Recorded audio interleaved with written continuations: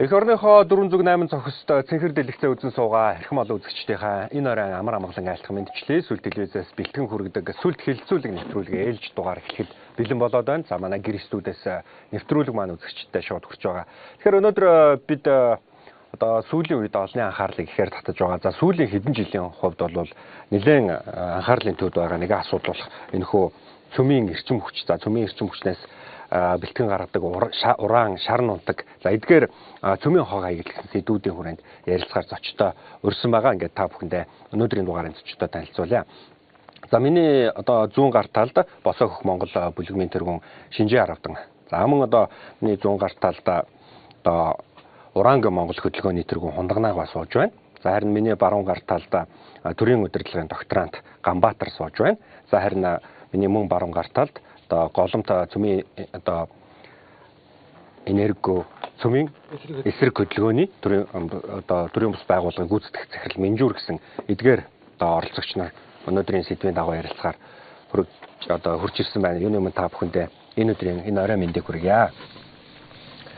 За тэгэхээр сүүлийн үед улсын хурлын гишүүн Хаян Хэрвагийн хувьд бол нэгэн ноцтой гэмээр мэдээллийг хөндсөн байгаа. Тэгэхээр ээлжид тусаар хилэлцэн гэж оруулж ирсэн дөрвөн конвенцийг харахад манайх хэрвээ цөмийн төрлийн шар нунтаг экспортлсон тохиолдолд буцаагаад бол өөрийнхөө одоо нутагт бууршилж болох нөхцөлийг хүлээн зөвшөөрөх маягтай гэрээ байна гэж одоо энэхүү одоо яригдж байгаа конвенцийн талаар хэлсэн байна. За тэгвэл улсын хурлын гишүүн Баасан хөөгийн хувьд бол улсын хурлын ээлжид бус чуулганыг зарлсныг бол эсэргүүцэж Монгол Ардын Хувьсгал намын гишүүдээр энэхүү уралд орохгүй байхыг бол уриалсан. За эдгээр хуралдаанаар одоо ашигласан түлшний болон засар гэдэгт хаягдлын менежментийн аюулгүй ажиллагааны тухай за 1997 оны конвенцэд нэгдэн орох тухай хуулийн төсөл, за баг хэмжээний цөмийн материалын шинжилсэн протоколыг сойрхон батлах тухай хуулийн төсөл, за цөмийн аюулгүй ажиллагааны тухай 94 оны конвенцэд нэгдэн орох тухай хуулийн төсөл болон за цөмийн материалыг биечлэн хамгаалах тухай 80 оны конвенцийн 2005 оны нэмэлт өөрчлөлтийн тухай протоколыг сойрхон батлах тухай хуулийн төсөл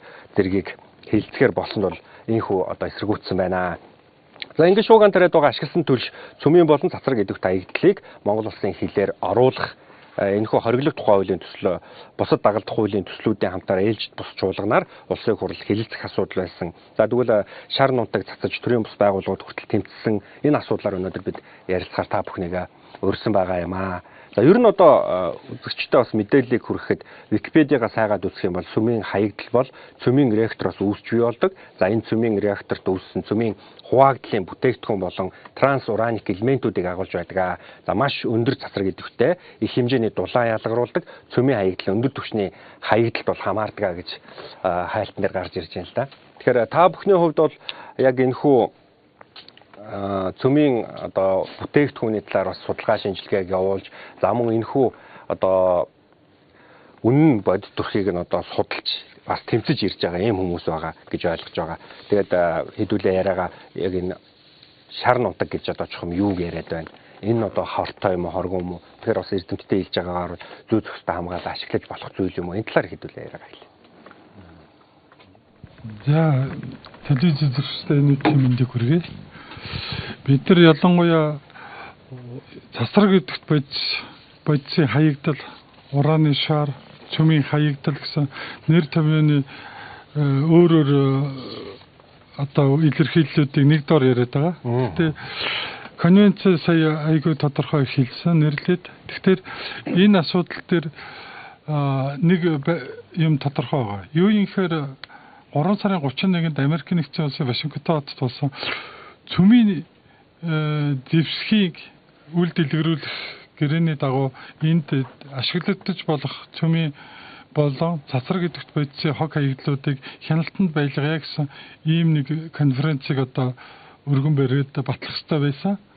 Энэ нь өөрөө цөмийн дэвсхтэй холбоотой асуудал юм. Тэгэхэд манай засгийн газар улсын хурал дээр энэ конференцэд нэгдээ орохоос илүү нөгөө ашиг сонирхлын зөрчилтэй өшөө хоёр конференцийн протоколыг хамтд нь өргөн барьчихж байгаад л хамгийн гол асуудал байгаа юм. Тэгэхээр цөмийн зэвсгийн түүхийд бэлтгэх асуудал дээр сэрэмжлүүлэг хийгдэх олон улсын хэмжээний удирдагчдын энэ уулзалтанд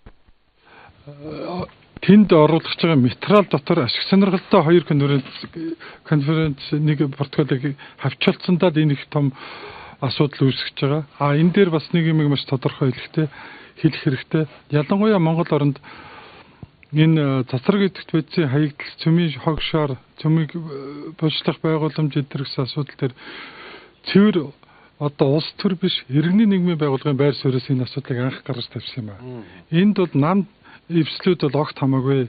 Тэд нар бол энэ асуудлыг ойлгосон хэмжээгээр илэрхийлж байгаа. Энэ төрийн ордны гадаа хийсэн акц бол цэвэр иргэний нийгмийн байгууллагын үзэл баримтлалаар хийсэн ажил. Тэгэхээр энийг битгий улс төртэй олж чадхаараач гэдэг асуудал байгаа юм. Тэгэхээр үндсэн агуулга болсон одоо хаяарва гишүүний хэлсэн, Басуух гишүүний ярьсан тэр Монгол орноос уран боловсруулад шар нунтаг экспортоор гарсан тохиолдолд энэ маань өөрөө Монголд цөмийн шаар болж орж ирэх эргэцүү орчин автоматар бүрдсэн байгаа. Энэ бол өөрөө цөмийн цикл гэж хэлэгддэг. Энэ цөмийн цикл бол манай хууль дээр, манай үндэсний аюулгүй байдлын зөвлөмждөр байгаа. Тэгэхээр энийг ердөөсөө иргэний нийгмийн байгууллагын шаардлагаар өнөөдрийг болтол одоо зогсоосон. Ялангуяа Алтан үеийг ерөнхий сайд тогтоо атомын цахилгаан станц 20 он хүртэл ярихгүй гэдгээ бол амласан. Энэ хүрээнд харин нэгийг амлаж байгаа боловч цаагаараа нөгөөдхийг одоо ханчуун дотроо наймаалцсанаар Арева компани шар нунтаг боловсруулах хэрэгцээ орчинг бэлдэж өгсөн асуудал байна. Тэгэхээр энэ дээр л одоо энэ том зөрүүнүүд яваад байгаа ойлголттой. Тэгэхээр иргэний нийгмийн байгууллагууд улс төрийн шийдлгүүгээр энэ дээр ялангуяа Монгол оронд эрүүл аюулгүй орчин бий болгохын төлөө энэ ураны хог шаар, цөмийн шаар, энэ ураны байгууламж эдгэрсэн энэ цогц асуудлыг тууштай эсэргүүцэж байгаа. Тэгэхээр одоо нэг юм маш сайн тодорхой ойлгох хэрэгтэй. Иргэний нийгмийн байгууллагуудын тавьсан шаардлагуудад цөмийн технологийн дэвшлиг хэн ч эсэргүүцээг байгаа юм байна. Энэ маань одоо нөгөө эрүүл мэндэд хийлгээд өвгөдөө аж ахуйд хэрэгэлдэг энэ одоо эмчилгээ оншилгооны лабораторийн түвшний бага оврын ядуурсан ураны хэмжээнд цацрагыг ашигладаг альфа гамма туяаг хэрэгэлдэг энэ цөмийн технологийн дэвшлиг бол бид ердөөсөө хэн ч эсэргүүцээг.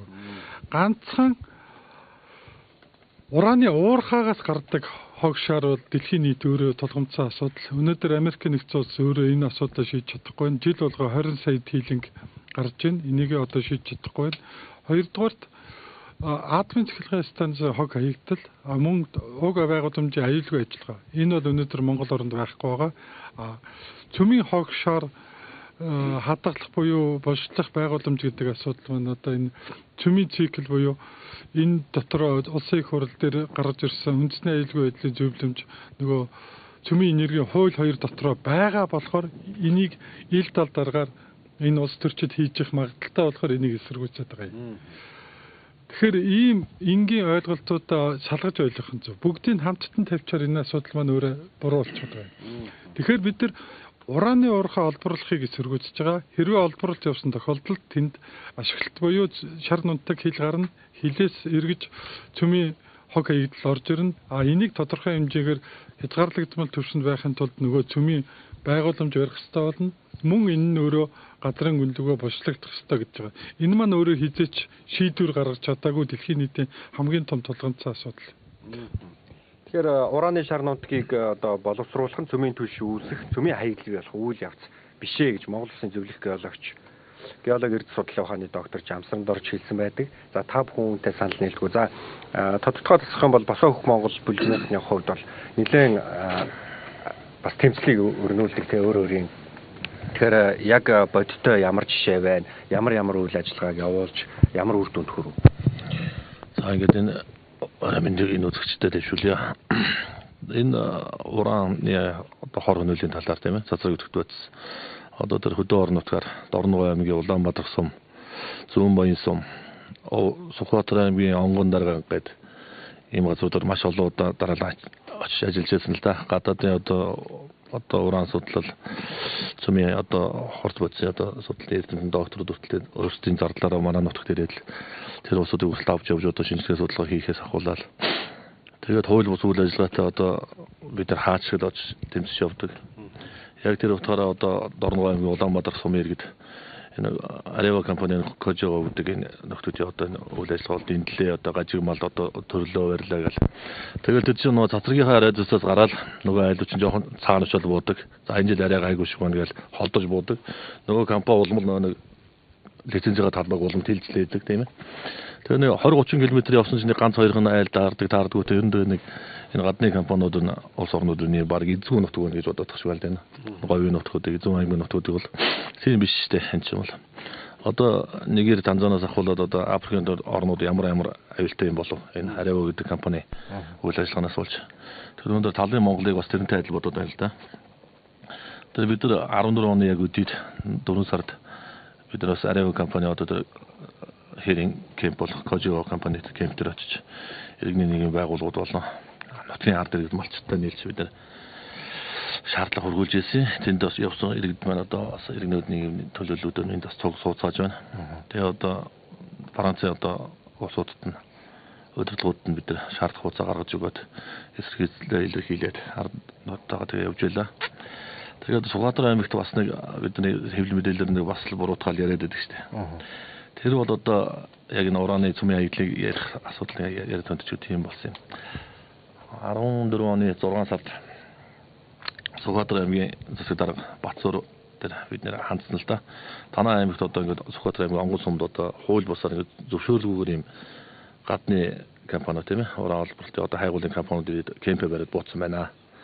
18 гэр хөрөнгөлийн гэрүүдэн цаана 8 нийтдээ 20 хэдэн гэрүүд ингээд кемп болоод бууцсан. Нутгийн ард иргэд нэрсөө мдэггүй багт бууцсан. Аймаг захмын засаг дарга мэддэггүй, иргэдийн урлын дарга мэддэггүй тийм ээ. Хэсгийн төлөөлөх байцаагч нь мэддэггүй. Одоо тийм дураараа юм болж штэ чи очоод дураараа тавьсан тавьж сууж байдаг. Тэр үйл ажиллагааг бид нар одоо нутгийн иргэд нэг 200 гаруй иргэд цуглаад одоо иргэдийн урлын дарга энэ дагуулччаа тийм ээ. Бид нар кемпүүдийг буулгаж явуулсан. Тэрнээс болж одоо сумын аймгийн засаг дарга тэрийг бол мэдчихсэн юм шиг байлаа. Тэр талаар нь бид нар одоо хөндөж ярих гэж буулгахад дараа очиход одоо бидний их хэцгээр хүлээж авсан л та. Тэн дээр бол одоо дээрэмч ирэх гэж одоо та нар яах шийдвэр ингэсэн тэгсэн зайлахгүй одоо би бариулаа гэж чинь одоо сайтуудаар ингэ янз янзын комент бичгтэл яваад байдаг. Тэр бол тийм асуудлаас болж үүссэн асуудал. Саяны одоо 3 сарын 29-нд одоо энэ ялж тусцуулан чуулган зарлаа шүү дээ. Тэрэн дээр бол одоо иргэний нийгмийн байгууллагууд бүгд одоо уран цөмийн хаягдлын эсрэг хөдөлдөг дуурдаг бүгд л очлоо л доо. Тэрэн дээр очиод одоо тэр шар нунтыг таслаа гэдэг өөрөө хэллээ. Шар нунтыг биш юм а. Тэр яхаа шар нунтыг зөөр ойлгож, эсвэлтэй илэрхийлж барилгын шар охрыг зөөр гялууртанд дэсэн 150 г-ийн нунтыг юм байгаа байхгүй. Тэрийг яхаа ордны дээр баруун хаалган дээр нэг цацаж лоозонгоо барьж байгаа усоо тэрийг цацаж нэг үзэл бодлоо илэрхийлсэн асуудал. Тэгэхэд өнөөдөр тэр ордон дотор байгаа тэр одоо цөмийн хаягдлыг яг хилцэх гээд байгаа усад ямар их айцтай байна те. Ямар их айцтайгаа тэрийг цагдаа зэргийн хүчийг гаргаж тэр хоёр уулзрыг хааж буруу онцгой байдал зарлж байгаа юм шиг боллоо шүү дээ. Онцгой байдлын нэрлээ тэр чинь тоос орогчоос оруулж авлаа баг завч шалгалаа тэр бүүн сүрдүүлэн боллоо. Тэндээс одоо манай 4-5 хүн баригдлаа. Нэг хүн одоо энд сууж байна. Манай бас нэг гишүүн баригдаж торгууллаа тийм ээ. Одоо тэгэл нэг үндэсний аюулгүй байдлынхаа төлөө дуурсан болгоныг л одоо нэг залхаан цэрлүүлсэн ийм юм хийгээд байгаа байхгүй. Тэгээд түрүүний тэр нэг асуултанд чинь нэг лавдаад илчээр хамгийн сул орн бол цөмийн хаягдлыг өнөөдөр Монгол руу бослно гэдгийг яагаад энэ ард иргэд ингээд иргэний нийгмийн байгууллагууд яагаад энийг эсрэг үзээд байна гэхээр хамгийн сул улс бол ерөөсөө Монгол л байгаа байхгүй яаж ч утсан олон намын системтэй дотор амар хагарал зөрчилтэй тийм. Тэгээд ерөөсөө юм болгоныг зоо суулгаж хардаг. Үндэсний аюулгүй байдал одоо улс үндэстнийхээ эсрэг ямарваа нэгэн хуулийг батлаа гаргацдаг тийм үү. Тэгээд ард иргэд нь энэ цөмийн хаягдал битэл одоо цацрын хорог нөлөөний талаар мэдлэг боловсрол маш нэгэн байдаг тийм ээ. Тийм болохоор ч Монгол ерөөсөө аюул зөөлөн хоол харагдаад байгаа юм шиг байна. Дэлхийн улс орнд. Тэгэхээр ч энэ улсууд ч ерөөсөө ярьж байгаа нэг жоохон сэжүүн гардаг нэг хов яриа нэг цуу яриа нэг ортой байдаг гэдэг үндсэн дээрээс л хөдөлгөөл болохгүй юм алдах гал асуудаг байхгүй. За Хундагнагийн хувьд бол Ураангүй Монгол хөдөлгөөний тэргүүн ер нь дэлхийн өндөр хөгжилтэй орнууд бүгд л урааныг хэрэглээд түрүүн сая одоо хэллээ шүү дээ манай Ганбаатарга. Ер нь бол техник технологи аливаа асуудал бол хэрэгжилж байгааг бид эсэргүүцээгүй гэдэг тийм. Тэгэхээр ер нь бол нөгөө талаас ярихад бүхэл одоо техникийн дэвшилтэд бүх зүйлд уран оролцож байна гэж ярьж байна. Тэгээ та бүхэн яагаад ер нь Ураангүй Монголын төлөө дуу хоолойгоо хөргөх болсон юм бэ? Эхлээд энэ талаар бас мэдээлэл өгөх.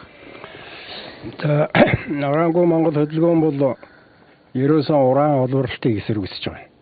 Монгол уран олборлохыг эсэргүүцэж байгаа. Яагаад уран олборлохыг эсэргүүцсэн гэхдээ зэрэг энэ явдал одоо 4 жил одоо бид энэ талаар дуурч тэмцэж эсэргүүцлийг эрхэлж байгаа. Манайд одоо 2009 оны 7 сарын 16-нд гарсан цөмийн энергийн хууль бол үнэхээр одоо шаардлага хангахгүй. тийм хуулийг одоо ард түмнэрээ шилжүүлээгүй, саналч асуугаагүй, мэрэгжлийн дүгнэлт ч аваагүй хэдхэн хүн одоо анхны хэлэлцүүлгээр баталсан байхгүй юу. Тэгээд энэнтэй уялдуулаад л ерөөсөө манайд бол энэ засраг идэвхтэй байдлын одоо аюулгүй байдал үндсэндээ алдагдсан. Тэрний одоо үр дагавраар бол энэ манайд одоо тэр гол мөрний урсас бүрэлдэх усан самбахын хамгаалтын бус, ойрын самбахын газар ашигт малтмал хайх, ашиглагыг хориглох тухай хууль хэрэгжиж байхад урт нэртэй хууль хэрэгжиж байхад одоо энэ ураны хайгуулууд тэр тусмаа тэр Арева компанид орон нутгийн Улаанбаатархад дуршилтын олборлт явуулсан байхгүй юу. Энэ дуршилтын олборлт явуулаад тэр шар нунтаг гэдэг юм чи гаргаж авсан. Тэр шар нунтгийг гаргаж авахдаа бол одоо ямар аргаар гаргаж авчихаа вөхөрөөс тэр газрын гүн рүү хөхрийн хүчил шахаад гүний усаар нь дамжуулж олборлж авсан байхгүй юу. Тэгээд одоо тэнд нөгөө босод энэ олборлтын явцад бол нэг засраг идэвхт байц тэнд байж байгаа урааныг одоо хагас задралын байдалд нь оруулчихсан болохоос энд аяндаа тэр босод байцсууд нь одоо засраг идэвхтэй болоод өөрөө тэр гүний ус нь хордоод тэгээд одоо тэр одоо засраг идэвхт байцын одоо тэр шар нутгаа ялгаж авахдаа наан нь одоо тэр засраг идэвхт байцын хаягдл гэдэг юмыг үүсгэсэн байхгүй. Тэгээд тэрийг гашаалаач үйл задгаа хаяад тэр нь тоос шороогоор бусад юмар одоо ингэж үүсээд тэгэл одоо энэ орон нутагт гайхамшиг тавьсан байхгүй. Хамгийн тодор илэрхийлсэн юм. Тэм учраас л энийг л одоо бид нар эсэргүүцэж тэр орон нутгийн хүмүүсүүдийн захиалгаар бид нар одоо 12 оны 5 сараас эхлээд энэ асуудлыг хөөцөлж газар дээр нь очиж эсэргүүцэж тэр багийн хурал тэр аргалант багийн хүмүүстэй уулзаж за тэгэл эндээс одоо энэ олон нийтийн телевиз босод одоо телевизийн сэтгүүлчтэй хамт явж газар дээр нь сурвалжлага хийж одоо энийг л олон нийтэд хүргэж тэгээд тэр хүмүүсүүдийн одоо шаардлагын дагуу ялангуяа тэр хохирсон хүмүүсүүдийн шаардлагын дагуу одоо энэ Арева компани хууль бус ажиллагааг зогсоох талаар л тэмцэж ирсэн. Ийм ажиллагаа явуулж ирсэн. За зүгээр саяхан одоо 28-нд бид нар хэвлийн хурал хийж энэ одоо конвенцэд нэгдэх асуудлыг одоо эсэргүүцсэн. Тэгээд одоо улсын их хурлын одоо ээлж тус чуулганаар хэлцэглэсэн асуудлыг одоо үндсэндээ бол манай энэ иргэний нийгмийн албуудын оролцоотойгоор зарим их хурлын гишүүдийн дэмжлэгтэйгээр энэ асуудал одоо үндсэндээ хийгдсэнгүй ээлж тус хурал одоо нээж чадалгүй тарсныг тав хүн мэдэж байгаа. Тэгээ энэ дээр бол тэр 1997 оны конвенц дээр чинь одоо нэг ийм заалт байж байгаа шүү дээ. 97 оны конвенцийн 11 дахь заалт нь засраг идэвхт хаягдлыг үүссэн улсад нь уулзлах ёстой гэдэгт итгэлтэй байх. Тэгээд байхын зэрэгцээ тодорхой тохиолдолд нөгөөдлийн ашиг сонирхлын үүднээс ялангуяа хаягдл үүсгэж буй хамтарсан төслийн хувьд нэгдлийн нутаг дэвсгэрт байгаа байгууламжийг ашиглах зорилгоор хилэлцсэн тохиролцогч талууд энэ хооронд хүрсэн тохиролцооны арга замаар ашигласан булш болон засраг идэвхт хаягдлын аюулгүйр ашигтай мэдээллийг хөгжүүлэх боломжтой тэмдэглэж байна гэдэг. Одоо энэ чинь юу гэсэн утгатай вөхөрөөс ерөөсөө одоо засраг эцэгт бодис хэрвээ манайх ураанаа олборлуулах гэж байгаа. Одоо манайх чинь өнөөдөр гэхэд уул уурхайн одоо сайдын зөвлөх Түн Баяр гэдэг хүн одоо ярьж штэ. Одоо 11 уурхай байгаа 5 ашиглалтын зөвшөөрөл өгцөө гэж хэлж байна. Тэр Аревад бол 3 байгааг нь бид нар мэдж байгаа. Тэгээ 5 ашиглалтын зөвшөөрөл гэдэг чинь уран одоо Монголоос олборлох гэж байна штэ. Олборлоод тэгээд олборлсон болохоос тэр чинь гадагшааны түүхийд болгоод гаргана шүү дээ цөмийн цифрийг. Тэгэхээр чинь энэ тэнд үүсэн хаягдл манад орж ирэх гээд байна. Хоёрт нь одоо энд тэр олборлох явцдаа цөмийн хаягдл засраг идэвхт хаягдл үүсгэж байгаа гэдгээ ерөөсөө ярихгүй байгаа байхгүй юу? Одоо ухаандаа жишээлбэл тэр ажлын хэсэг ураанд олсон хороологдлоор чинь одоо алтан үеийн засгийн том ажлын хэсэг гаргасан шүү дээ. Одоо тэр энэ саяын юу гэж сурчлаад байгаа тэр мандаж юу гэдэг хүн бол цөмийн нэрийн комиссийн тэр нарийн бичих гэдэг хүн бол тэр ажлын хэсгийн нарийн бичихийг даргана шүү дээ. Хариуцлага үлээх ёстой хүмүүс шүү дээ. Гэтэл өнөөдөр одоо ийм энэ асуудлыг их одоо хоргоо мэтээр яриад байгаа байхгүй юу? Дээр нь одоо тэр энэ ажлыг их сурталж байсан хүмүүсүүдийн нэг нь бол тэр цөмийн технологийн танхимын хэрэглэгч одоо тэр Норов доктор бидний одоо олон улсын байгууллагын оролцоотойгоор бид нар нодон жил 15 оны 3 сарын 19-нд энэ одоо ураны сөрөг нөлөөлөл, эерэг нөлөөллийн талаар Эрдэнэтийн зөвлөгөө хийсэн шүү дээ. Тэгээд тэн дээр тэр хүн бол одоо үндсэндээ тэр тэнд ажлын хэсгийн тэр хүн ялагдсан шүү дээ. Өөр одоо баг эдий болоо юм ярьсан шүү дээ. Одоо тэнд өөр юмнаас үүссэн энэ төр гээд. Одоо тэр бүр цэзигээс үүссэн энэ төр гээд. Одоо бүр нөгөө ажлын хэсэг дээрээ сэлэн сурмаа гिचгээд одоо болохоор шал өөр юм энэ төр ярьж байгаа байхгүй. Гэх мэтээр одоо тэр сая яриад байгаа сурчлаад байгаа тэр түмэнд нэмэрэл энэ даваа энэ хүмүүсүүд бол одоо зүгээр л ард түмний тархийг угааж мунхруулж байна. Нэг талаар одоо ерөөсөө нэг хоёр хуваагдчихлаа шиг байна л да. Нэг хэсэг нь бол энэ технологиг зайлшгүй одоо оруулж ирэх шаардлагатай, шар нутгаа боловсруулах шаардлагатай. Энэ конвенцэд нэгдэх нь харин ч бүр цөмийн зэвсгээс татгалзаж байгаа зүйл юм аа. Тэгээд энэ бол техник технологи хөгжсөн байгаа учраас хортой юм гэж юу ах вэ гэж яриад байна. Нөгөө хэсэг нь иргэний нийгмийн байгууллагууд бол эрдэмтэн судлаачид бол энэ хортой юм аа, энэ цэцэр гэдэгтээ энэ шар нутгийг олборлохыг бол эсэргүүцэж байна гэсэн ийм л хоёр зөрчилдөөл явагдаад байна л да. За тэгээд та бүхний хувьд таны санал бодлого асуусан. Тэгэхээр би эхлээд эхлээд доктор Замшин Даржийн хэлсэн үгтэй холбогдуулаад тайлбарлая л да. Тэгэхээр энэ Замшин доктор бол үндсэндээ цөмийн тэр өндөр идэвхтэй төсний хаягдлууд л одоо хортой юм аа. Одоо энэ ураны албарлалт бол үндсэндээ тийм хүчтэй хортой биш ээ гэсэн ийм одоо үдлээр хэлсэн байна л да. Тэгэхээр зэрэг одоо энэ зургаагаар энэ болвол тэр дөнгөж ураны байна уу юу гэдгийг одоо хай хаявцтай газраа ухаад одоо гарсан тэр шаврын хаягдлуудыг ингэж тусгай газар хадгалж цуглуулж хадгалж байна. Тэгэхээр энд одоо жишээлбэл энэ ямар бүтцтэй байна вэ гэхээр зэрэг энэ угсан нүхийн эхлээд галгар материалаар хийсэн ийм ус тусгаарлагч хийж агаад дараа нь тэр шавруудаа хайж байна. Өөрөөр хэлбэл энэ шавраас маш их хортой тийм нөлөөлөл байгаль орчинд үүсэхээс сэргийлсэн байна шүү дээ.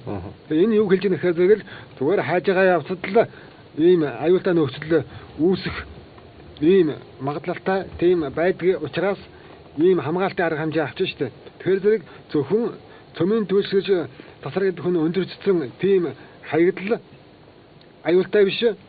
Энэ хайж байгаа явцад хүртэл аюултай байдаг юм байна. Энийг тэр үйл ажиллагаа явуулж байгаа хүмүүсд өөрсдөө хүлээн зөвшөөрөөд энэ цаг одоо дүрм шаардлагын хадагуу энэ байгууламжуудыг барьсан байна. Гэхдээ биднийг очиж энэтэй танилцж байгаа үед энэ байгууламжийн барьсан мөн энийг одоо ашиглаж байгаа байдлуудад хангалттай байсан л да. Энд одоо жишээлбэл тэр галгаруут нь ургагдсан, цоорцсон тэр байдлыг бол нөхөн сэргээгээгүй ийм нөхцөл байдал харагдаж байгаа. Тэгээд эндээс болоод юу болох вэ гэхээр зэрэг тэр энэ одоо угсан нөхцөл маань одоо энэ цөмийн хаягдлыг агуулж байгаа одоо их усөр нь болж ойрч байгаа. Эндээс усаар дамжаад, агаараар дамжаад тэгээд энэ газрын хөрс энэ ургамал мал амтнаар дамжаад тэгээд явсаар байгаад хүнд очиж хүний биед шингэх тэгээд хортой нөлөө үзүүлэх ийм механизм байдаг гэдгийг урд өмнө нь одоо тэр энэ ураныг олборлож ашиглаж ингэж бүх үйл ажиллагааг үйл ажиллагааг дамжсан энэ улсуудад ийм үйл баримтлаг гаргаад эндээс яаж сэргийлэх үү, ямар үр дүнд хүрэх үү гэдэг талаараа нарийн номлол гаргаж дүрм журм баталж гаргасан ийм байдаг юм байна. Тэрийг нарийн мөрдүүлдэг. Тэнд нь нарийн хяналт тавьдаг. Гэтэл Монголд ийм хортой гэдэг тухай мэдээлэл огт байхгүй учраас хоргоо гэж ярьдаг одоо улс төрчид тэр байтугай эрдэмтэд хүртэл байна. Тэгээд ер нь энэ ураны олборлолттой хоргүй юу гэдгийг нотлохоо нэг том баримт бол энэ энтхийн одоо тэр Будда бурхны төрсөн газар гэдэг ойролцоо тэр нутгийнхаа ойролцоо ураны ганцхан уурхай энтхтэй байдаг юм байна л да. Тэнд байгаа хүмүүсүүд одоо ямар төрхтэй болсон бэ гэхээр энэ зурган дээр харагдаж байна. Одоо янз бүрийн одоо энэ эд эрхтнүүд нь өөрчлөлтөнд орсон. Гений одоо гений өөрчлөлтөнд орсон ийм аимшигыг тэр ураны уурхайны орчимд одоо харж болохоор байдаг юм байна. Энэ мэдээллийг бол одоо энэ орчин үед интернет өгсөн учраас бид нийтийн мэдээллийн хэрэгслэр авч танилцаж үнэхээр аюултай байдаг юм байна гэдэг ийм ойлголтод хүрч байна. Гэтэл албан ёсны мэдээлүүд бол ийм хоргүй гэж яриад байдаг. Одоо жишээлбэл манайд тэр ураны хайгуул явуулж байгаа Ариава түүний ахын компани Кожого байх юм бол ураны албарт хайгуултын бол ерөөсөө хор байхгүй л гэдэг байдаг. Гэтэл одоо манай тэр хайгуул явуулж байгаа орон нутагт аюултай хортой байдал аль хэдийн үүсчихсэн энэ хүм малдаа нөлөөлж байна. Одоо жишээлбэл мал ихэд л одоо ингээд ердийн байдалтай биш үү дээ. Энэ бол ямар нэгэн байдлаар одоо өвчлөгдсөн хүнд нөхцөлд орцсон ийм байдалд байж байна. Тэгэхээр зэрэг энэ ураны олборлт биш дөнгөж хайж эхэлж байгаа үед ийм хортой байгаа юм чинь олборлоод тэгээд хаягдл нь өчнөө их болоод ийм болох нөхцөлд Монголд ер нь амьдрал ямар болох вэ гэдэг аимшигтай төсөөлөгдөж байгаа. За баярлалаа. Ингээд манай сүлд хилцүүлэг шууд нэвтрүүлэг та бүхэнд хүрч байна. Тэгэхээр өнөөдөр бид цөмийн эрчим хүч болон цөмийн эрчим хүчийг дагаад одоо үүсэж болох сөрөг аюул намын энэ одоо хэрэгтэй юм уу хэрэггүй юм уу гэсэн энэхүү одоо сэдвийн хүрээнд ярилцаж байна. За бид хэсэг хугацааны завсарлагын дараа эргээд хөтөлбөрөөр үргэлжлүүлэх болно. Та бүхэн бидэнтэй хамтдаа байгаарай.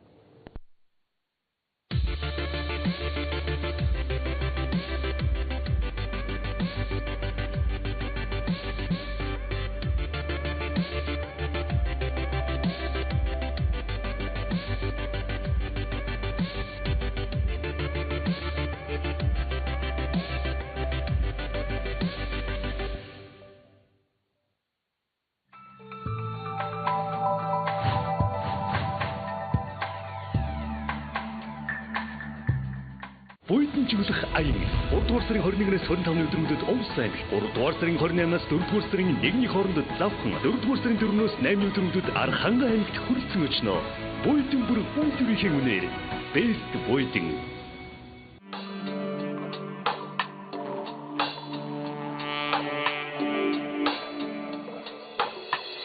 Эдгээр загварын чиг хандлагыг тодорхойлогч алдартай топ брэндүүдийн эрэгтэй эмэгтэй бэлэн хувцас утад цүнхний загваруудыг Цаадын Медан хотоос та бүхний хэрэгцээнд нийлүүлж байна.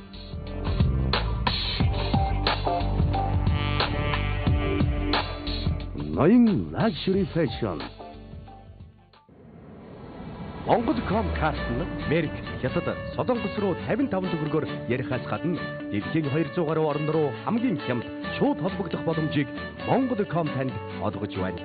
Өндөр хурдны шилэн кабелийн сүлжээгээр эрхэм хэрэглэгчид та бүхэнд улс хоорондын чанартай шуурхай хямд үйлчилгээг санал болгож байна. Монгол.com хамгийн шилдэг карт. Буйдингийн хамгийн том төрөлцсөн дэлгүүр Ноён United-ийн 4 дагуулт Best Буйдин. 1971 оны 12 дугаар сарын 13-нд анх Москвагийн кинотеатрт нээлттэй хийж тухайн үеийн зөвлөлт талбайд улсын кино ертөнцид маш том тесрэлтийг хийж чадсан Джентльменийн удаач буюу бидний нэрлэгээр алтан дуулагны эрэлт киног манай сүлд телевизээр бүтээн авч үзээрэй. Уг киноны найруулагч Александр Серин өөрөө шоронгоос суллагдаад удаагүй хэд хэдэн хүмүүстэй зөвлөлдөж зарим нь бүр киноныхоо туслах дүрүүдэд тоглосон учраас кино жинхэнээр алдартай болоод зогсохгүй. Одоо хүртэл Орос иргэдийн дунд өргөн хэрэглэгддэг хэлэх дуртай олон үг өгүүлбэрүүдийг гаргаж ирснээрээ онцлогтой юм.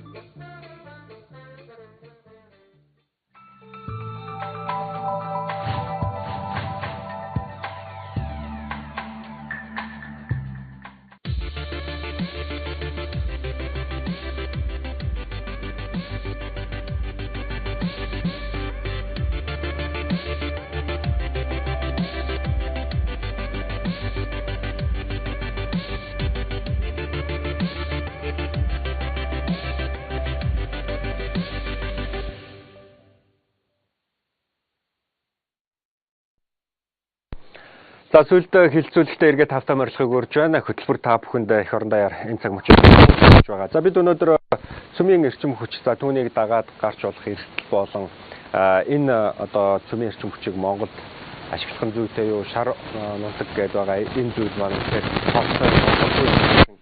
одоо сэдвийн хүрээнд дөр нь ярилцж байна. Тэгэхээр ураны цацраг идэх бол хаа цаагүй байдгаа гэсэн юм судалгаа байдаг юм байдаг. Монголд ураны цацрагтай цэгүүд их олон байдаг.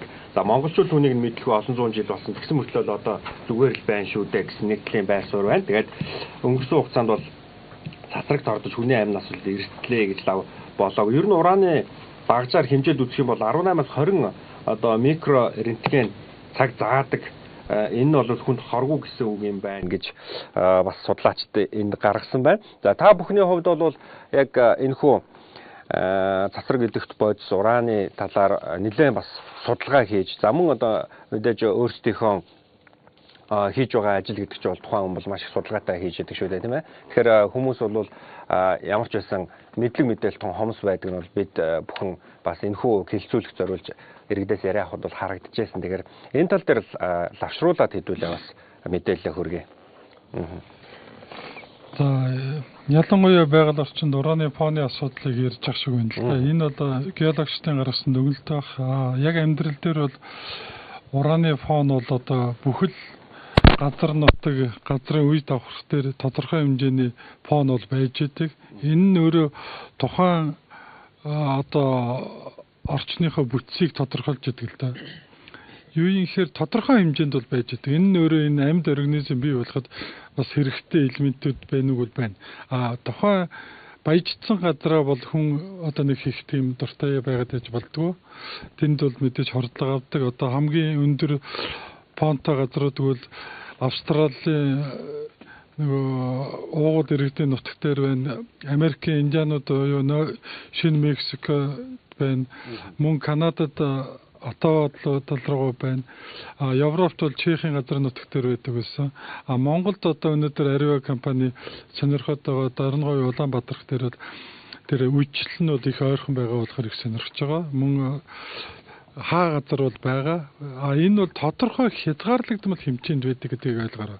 Яагаад гэвэл энэ ураны цацрагийн уран өөрөө хаяагүй байдаг үндсэн шалтгаан тухайн нөгөө хөрснийхөө бүтцийн шин чанарыг хадгалж идэг гэдэг учир нь тийм учиртай. Яагаад гэвэл энэ өөрөө тухайн хөрсөнд байгаа бусад химийн элементүүдийг тодорхой түвшинд хязгаарлаж үзэж идэг юм одоо нэг талаараа нөгөө дарангуулагч бодис гэж ярьдаг боловч нөгөө талаараа цагдаа бодис гэж ярьдаг. Энэ маань өөрөө хил хязгаарыг хэтрүүлээд идэвхжүүлчихвэл харин нөгөө догшорсон аратнаас илүү гэдгээр нөгөө бийгүй сүнс амилжчихлаа гэдэгтэй адилхан ийм л их хоргонолтой бол авчдаг л да. Тэгэхээр энийг өдөөж болдгоо юм байхын хувьд бол хаяагүй бол байгаа. Энэ нь өөрөө хүний өөрийн амьдрах орчинд тодорхой хэмжээний нөлөө үзүүлээ байж идэг. Зарим идэвхтэй газрууд нь бол газар хөдлөлт газар одоо байгалийн гамшигын үед бол ил тод гарсан газрын үйлчлэл давхаргаар янз янзын фон илэрж идэг боловч энэ нь өөрөө зохистой харьцааг дэлхийн нийт өөрөө хязгаарлаад барьж идэг юм байна. Гол асуудал энэ л байгаа. Энийг харин нэг дор баяжуулаад уусгаж авчираад идэвхжүүлээд тэрийг ингээд аваад явсан тохиолдолд яг тэр үлдэж байгаа орчиндөө бол үнэндээ даад давшгүй гамшигыг бий болгож байгаа. Энэ нь өөрөө одоо цацраг идэвхт утсын хог хаягдл гэж бид нар томьёолоод байгаа. Ялангуяа сая манай ах нарын хэлсэн нөгөө Дорноговын Улаанбаатарх дээр тодорхой тэр ууршуулан байршуулах нуурын зураг үзүүлэлээ. Энэ эдгээр бол дандаа технологийн бус шийдлүүд байгаамаа. Юу юм гэхээр энэ ууршуулан байршуулах нуур гэж байгаа боловч эндээс чийг нь бол дээшээ уршаад тухайн үлдсэн хуурай шороог нь үлгийдэж газрын гүнлөө болшилдаг технологитой юм.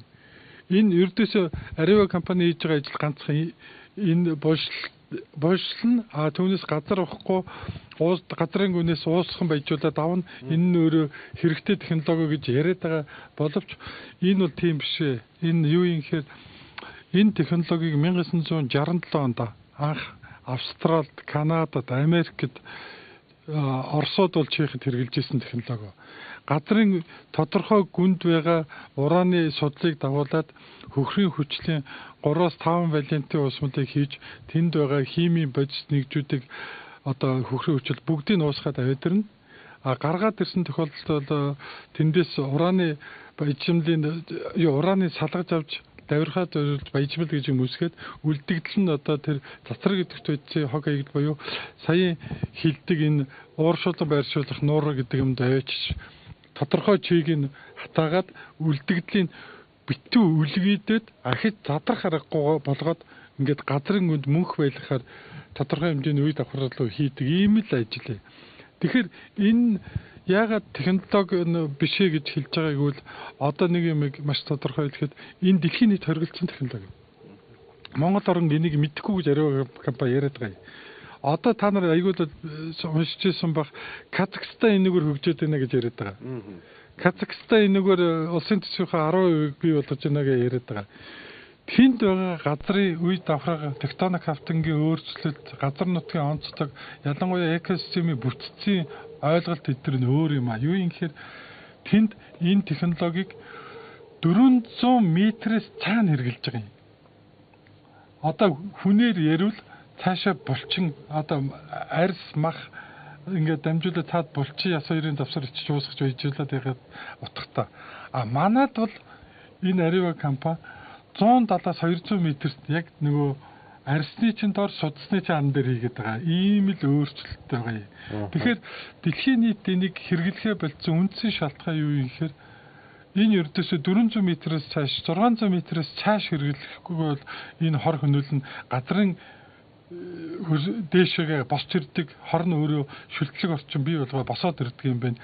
Тэгээд энэ бол ердөөсөө саармагжуулж болохгүй тухайн газар нутаг өөрөө тэр чигээр газар өрснөөс арчигддаг юм байна гэдгээр Австрали уугууд иргэдийн нутаг тэр Индианууд Америкийн Нью Мексикогийн Индианы нутгууд тэр ялангуяа бодит жишээ одоо Европт Чехийн газар нутаг дээр Оросуудын эргэлж ирсэн тэр уурхаа дээр байгаа юм.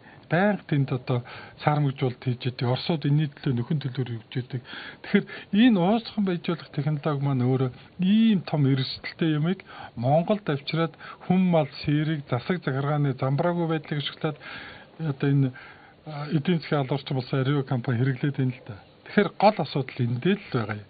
Тэгэхээр тэр байгальд байдаг энгийн бос элементийн адилтай хэмжээнд дэдэг зохистой хэмжээг өдөөх буюу одоо идэвхжүүлснээр даад давшгүй буюу нөгөө сүнслэг юм босч ирж одоо хор хөнөөл учруулдаг үнцгийн шалтгаан байна. Сая үзүүлсэн энэ дандаа малын хүний гений ургийн гажиг эдэрхтний буруу хөгжил энэ бүгд үнэндээ удам дамжаад өөрөө ч удам буюу нөгөө үндэсний аюулгүй байдалд нөлөөлчихөж байгаа юм. Тэгэхээр Монгол оронд ялангуяа одоо Марда, Сүхбаатар аймаг, Дорнот аймгийн Марда, Сүхбаатар аймаг, Дорноговын Улаанбаатаргаас ахуулаад 3 сум, Дондгов, Арангаа дээр нэг гээд нийт 43 лицензийг 16 компани эзэмшиж байгаа нь. Гэхдээ энэний 51-2% нь Арива компани эзэмшиж байгаа нь маш том аюул дагуулад байгаа юм а. Ягаад гэвэл бид нар гадны хөрөнгө оруулалтыг шүтэж амжиж болохгүй юм байна. Ягаад гэвэл бид нар эндээс шар нутгийг экспортлох юм бол одоо энэ конвенцийн дагуу энэ цөмийн хог хаягдл Монгол оронд ороод ирнэ. Бид нар цацар гэдэгт бодсон хордог гэдэгтээ Аривагийн одоо гайгаар Улаанбаатар газрын өрсөнтэй арчигтал зогсож штэ. Нэг юмыг маш тодорхой байлаа. Энэ авсан зураг энэ юм дотор эрхтний зураг байгаа. Энэ малын энэ одоо манай энэ иргэний нийгмийн байгууллагууд газар дээр ночиж авсан бие дээр нүдээр үзэж хэвлэл мэдээлэлийнхэнтэй явж авсан зураг. Одоо нэг юм хэлэхэд энэ мал дотор эрхтнийг Улаанбаатарын малчид хэрэгэлдэг юм аа. Гол асуудал энэ. Энэ ердөөсөө явуулын нөгөө сайн шан замын үеийн гаанз руу энэ мах явчаад идэг. Гэхдээ Арива компанийн одоо малчтыг хөдөлж авахаар тэнд ямар ч байсан малын эрүүл мэндийн талаар 1.1 тэрбум төгрөгийн мал хил хязгааргүй малын эмчнэрийн холбоо гэж одоо өөрсдийнх нь фактуудыг дарах одоо нөгөө гамшигын бүсийг саармагжуулах энэ ургийн гажигтай малуудыг мэдээлэл хүрхээс өмнө одоо авч устгах тийм бүлэг ажиллуулж байгаа. 1.1 тэрбум төгрөгөөр нэгдүгээр. Хоёрдугаарт Арива компани тухайн газар нутагт дээр 4.8 тэрбум төгрөгөөр жижиг дунд үйлдвэрлэлийн өрхийн бизнесийг дэмжих төсөл хэрэгжүүлээд эхэлж байна. Тэгэхээр энэ бүгд юу юм гэхээр үнэхээр шударга бизнесийн компани бол бизнесээ л хийх хэрэгтэй. Нийгмийн халамжийн бодлогыг ярих хэрэгтэй гэж. Тэд нар бизнесээ хийгээд шудраг татвараа төлж яваад тэр татвар нь өөрөө нийгмийн халамжийн бодлогоор төр захиргааны шийдвэр болж ичих хэрэгтэй байдаг. Тэгвэл төр захиргааны шийдвэртэй зэрэгцээд Арива компани газар нутагт дээр компани нийгмийн хариуцлага гэдэг сайхан нэрийн дор нийгмийн халамж хийгээ явж байгаа нь энэ өөрөө үндсэн өөрсдийнхөө буруу фактуудыг л дарж байгаа үндсэн шалтгаан л та. Тэгэхээр энэ одоо гүний усны энэ газар доорх уус холборлох гэж арга байна шүү дээ. Энэ арга нь өөрөө буруу байна уу? Эсвэл одоо 400 м хүртэл одоо гүнд олборлолт хийчихвэл энэ одоо технологи нь болчихно гэж ойлгож болох уу? Эсвэл болохгүй. Ерөөсөө л та бүхний үзэж байгаа хизээч уран гэсэн зүйлтэй бид нар холбогдохгүй, хизээч шарнуудыг олборлохгүй гэж ойлгож болох уу? Дэлхийд урааныг олдварладаг 3 арга байна л да. Нэг нь далдуурхаа арга. Энэ бол одоо анханасаа нөгөө уурхай хөгжлийн процесс ил уурхаас илүү далд уурхайг ялангуяа байгаль орчин шүүтгэхгүй гэсэн талдаа илүү их төлхөө дэмжигдэж явдаг байсан. Хоёрдугаарт ил уурхай аргууд байгаа. Энэгээр бол одоо Африкийн орнууд бол шүүрцэн, Америкийн дөрвөн мужи бол шүүрцэн, нөгөө Австралиуд, нөгөө Нов Зеланд эдгээр чинь шүүрцэн. Тэгээд 1967 онд энэ уусхан байжуулах арга гэдэг юм гарч ирээд газрын гүнлээс одоо олборлоод эхэлсэн. Тэгтэл одоо хөгжингөө орнууд энэс шууд татгалцсан. Ялангуяа Пенжандад хэрэгжилжсэн арга дээр бол ойлгосон. Юу юм гэхээр энэ үрдээсээ газрын гүний хязгаарлагдмал төвшин ойлгохгүй бол болохгүй юм байна. 400 м-ээс цааш зарим газар нутагт дээр 600 м-ээс цааш энэ уусхан байжуулах аргыг ярих хэрэгтэй юм байна. Түүнээс наан энийг эрдээс хэрэгжилж болохгүй байна. Яагаад гэвэл энэ өөрөө газрын гүний тэр газрын үе давхаргын завсар хооронд нь явж байгаа одоо уусхан байжуулж авж байгаа. Гэхдээ энэ нь өөрөө нэгдүгürt өөрийн газрын бүтцийн онцлогоор үе давхаргын нөгөө харилцан ус одоо шавар хөрс шороо чулууны завсраар нөгөө газрын гүний ус тэжээгддэг болохоор тэрийг хордуулчихдаг юм байна гэдгийг бол хүлээн зөвшөөрөөд ердөөсөө болохгүй технологи гэдгээ хөгжингөө орнууд болчихж байгаа юм. Хоёрдугаар нь юу гэхээр энэ өөрөө газрын гүний ус бий болсон бол тэн дээр ямар нэгэн ургамлын бүтц аймагуд одоо амьдарч эхэлдэг юм байна л да. Говь бол өнөөдөр байгаа энэ бүтцийн тэр газрын гүнд байгаа дөрвөн том нуурал барьж байгаа шүү дээ. Гэхдээ тэнд амтан байх боломжуудыг нөгөө баян бүр дээрээ газрын судлаараа тижээгээд байж байгаа. Тэгэхэд газрын гүний усны бохирдол бий болчихвол нөгөө баян бүрдүүдээр нөгөө чинь босоод хөөрэ гараад ирнэ.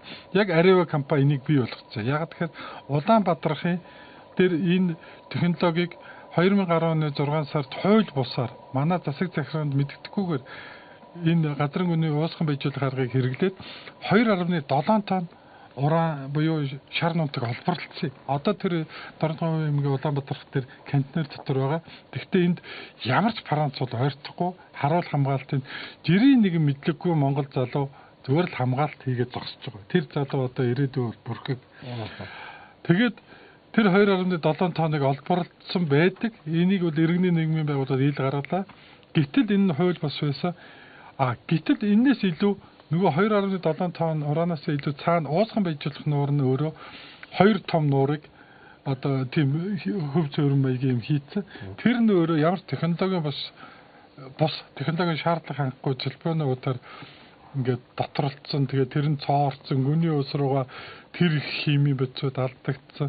Тэгээд засгийн газраас гарч ирсэн явуулсан 41 байгууллагын 101 сая төгрөгийн одоо төгрөгөөр гаргасан ажлын баг очоод судалгаа хийгээд Улаанбаатарын хотгуудаас ахуулаад хөрсний шинжилгээ эднэр хийгээд нэг юмыг тодорхойлсон. Юу юм хэр гүний усанд нь силийн зис сурмаа байна. Үхсэн мал дээр бол силийн баяжмал өндөр гарсан байна. Яг тэр дотор судалгаа хийгээд гаргаж ирсэн мал эмнэлгийн чимтэрэн докторын хийсэн мал урааны цацрагийн фонд хордсон байна гэдэг давхар хийгдсэн лабораторийн одоо том дүнэлтийг эндээсээ хасж агаад зөвхөн химийн бичсэнд хордсон байна гэдээ танилцуулчихж байгаа. Тэгэхээр нөгөө ард түмэнчин нөгөө телевиз үзэгч нар чинь гайхнаа да. Нэг нь уранд хордсон гэдэг, нэг нь химийн бичсэнд хордсон гэдэг.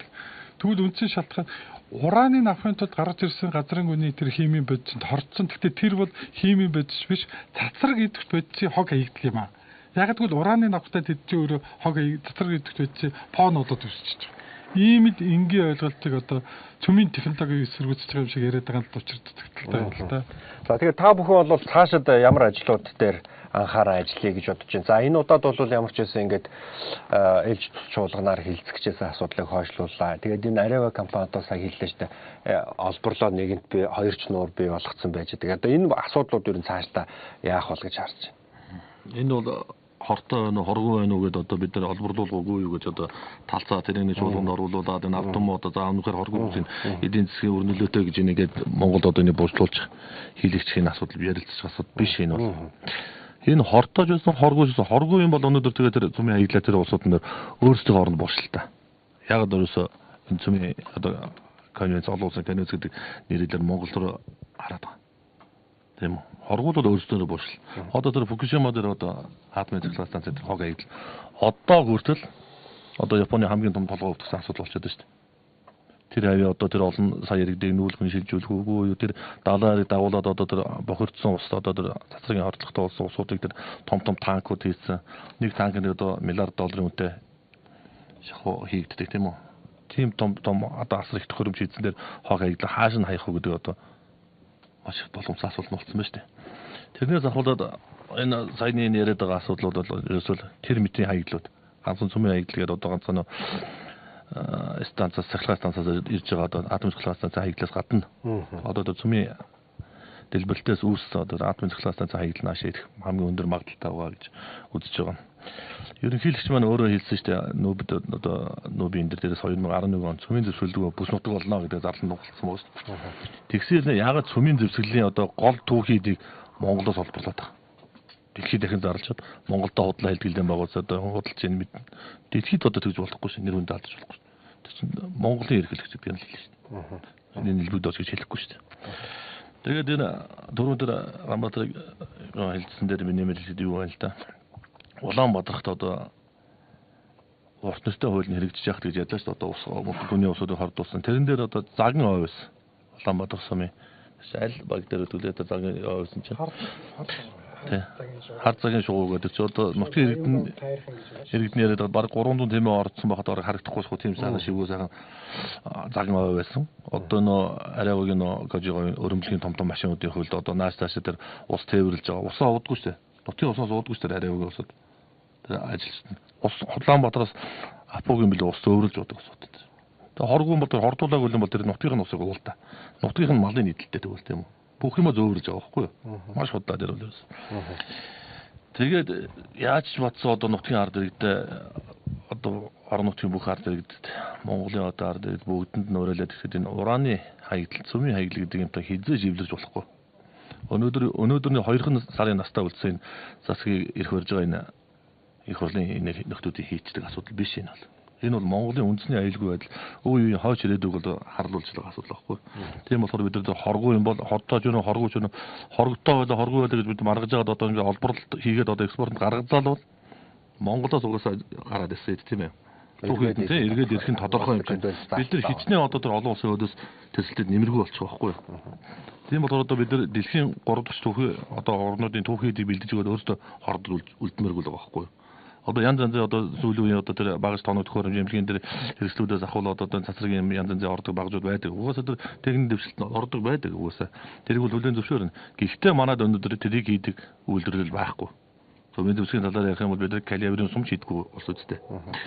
Тийм болохоор өөрөөсөө дэлхийн тэр улс өндөр хөгжилтэй улс орнуудын одоо тэр түүхийдийг бэлдэж өгөөд өөрөөсөө хордоод мөнхийн одоо тэр агуулах бол үлдмээргүй л байгаа байхгүй. За тийм. Нэвтрүүлгийн цаг өндөрлөх нэлээд төгссөн байна. Энэ засраг идэвхт бодисын аюулгүй байдлын талаар л бид нар яриад уншлах болно. Яг өгцөө зэрэг энэ засраг идэвхт бодисыг аюулгүй гэд манай энэ цөмийн салбарт ажиллаж байгаа хүмүүсүүд ялангуяа тэр цөмийн энергийн газарт ажиллаж байсан аюулгүй байдлынх нь хилцсэн хүмүүсүүд ярьсанд л бид нар одоо хамгийн гол одоо дөрвөөсөл илэрхийлж байсан. Яг өгцөө зэрэг энэ ураныг мөн одоо энийг баяжуулчихад тэгээд энэ засраг идэвхт бодисын хор нөлөөг нь судлахгүйгээр шинжлэхгүйгээр одоо тэг хийж болохгүй байхгүй юу?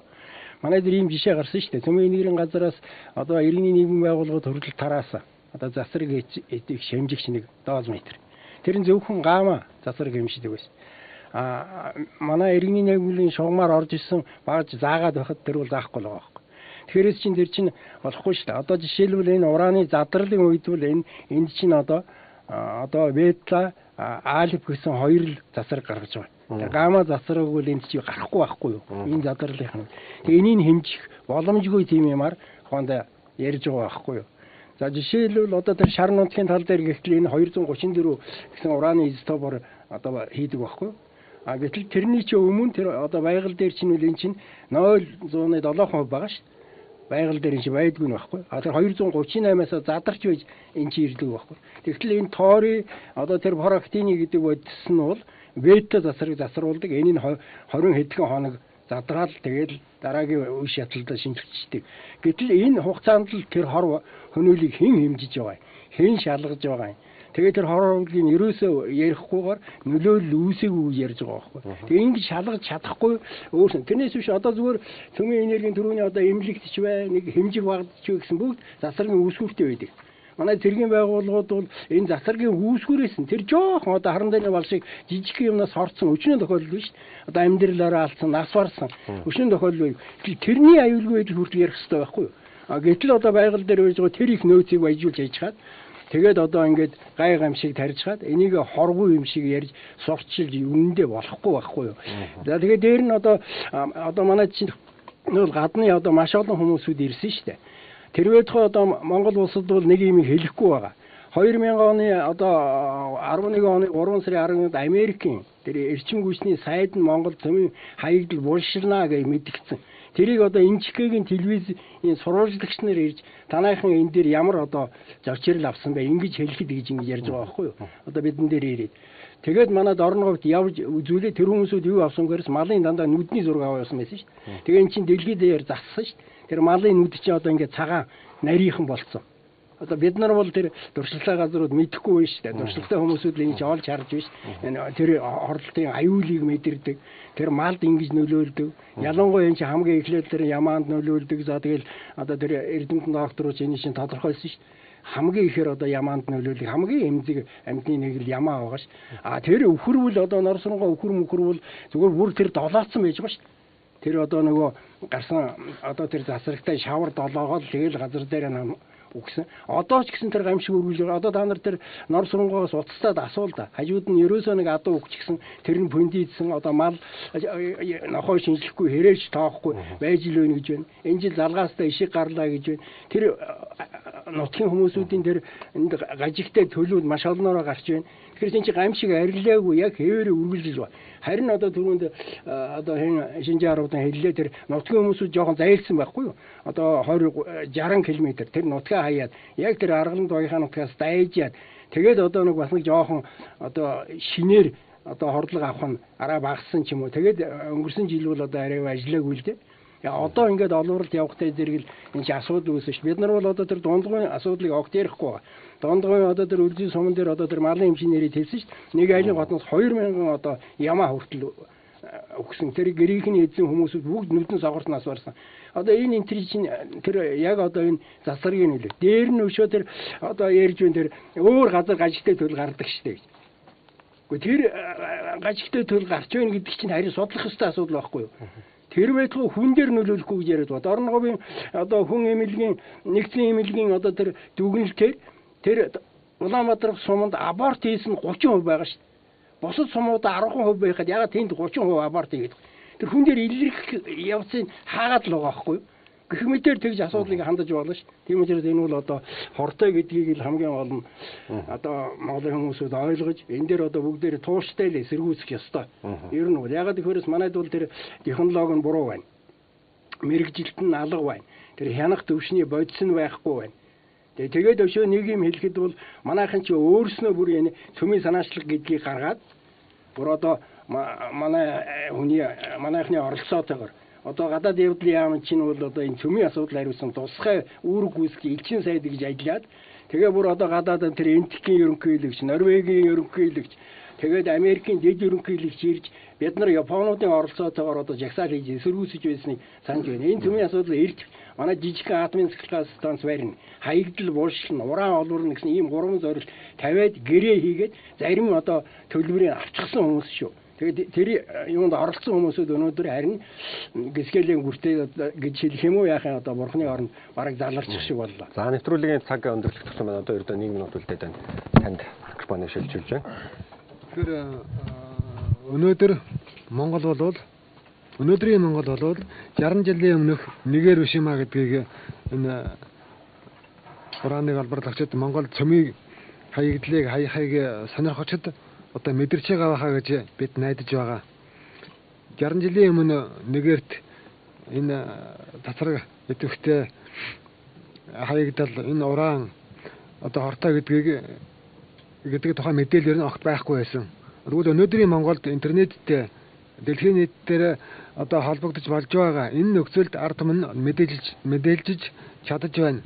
Одоо манай Цөмийн эсрэг голом төлөвлөгөөний олон идэвхтнүүд гадаадд амьдарч ажилтдаг гадаад хэлнээс мэдээллийг одоо авч чаддаг ойлгодог тэр хүмүүсүүд монгол хэлээр олон кино одоо орчуулж энэ интернет тавьсан байгаа. Тэр нэг хүмүүсүүд судалж манай ард түмэн маш их мэдээлэлтэй болж чадж байгаа гэдэгт би найдаж тэднэрт баярлж байдаг.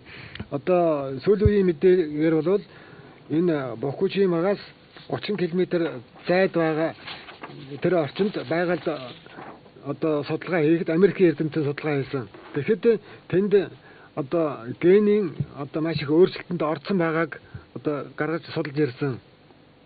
Энэ бол одоо хамгийн их том аюул нүүрсэн газар гэдэг байгаа шүү дээ. Тэгтэл Монголд ямар байна вэ гэхээр энэс дутах юм алгаа. Ийм төлөвд одоо гарч байна. Энэ бол одоо ганцхан тохиолдол. Гэтэл энэс илүү 8 хөлтэй өшөө 2 толгойтой гэх мэтээр олон төл мал ингэж эрэндэг генийн ажигтай гарч байгаа. Энэ байдал юу хэлж өгнө гэхээр тэр тасаргийн их усвэр нь хүчтэй байна уу сул байна уу гэдэг нь гол биш. Ер нь тасаргал бол багч байсан аюултай байдаг юм байна гэдгийг олголтыг манай ард түмэн авсан энийг эсрүүцэж байгаа. Энд нь бид талархаж байна. За баярлалаа. Ингээд бидний ярилцах цаг өндөрлсөн байна. Бид яг 60 минутын турш үзэгчдэд энэ талаарх мэдээллийг хүргэлээ. Тэгээ урилга хүлээн авч ирсэн та бүхэнд баярлалаа. Та бүхний цаашдаа ажилд амжилт хүсье. Тэгэхээр сүлд хэлцүүлэг нэвтрүүлэг 7 хоног бүрийн даваа лавг за баасан гаргууд та бүхэнд тухайн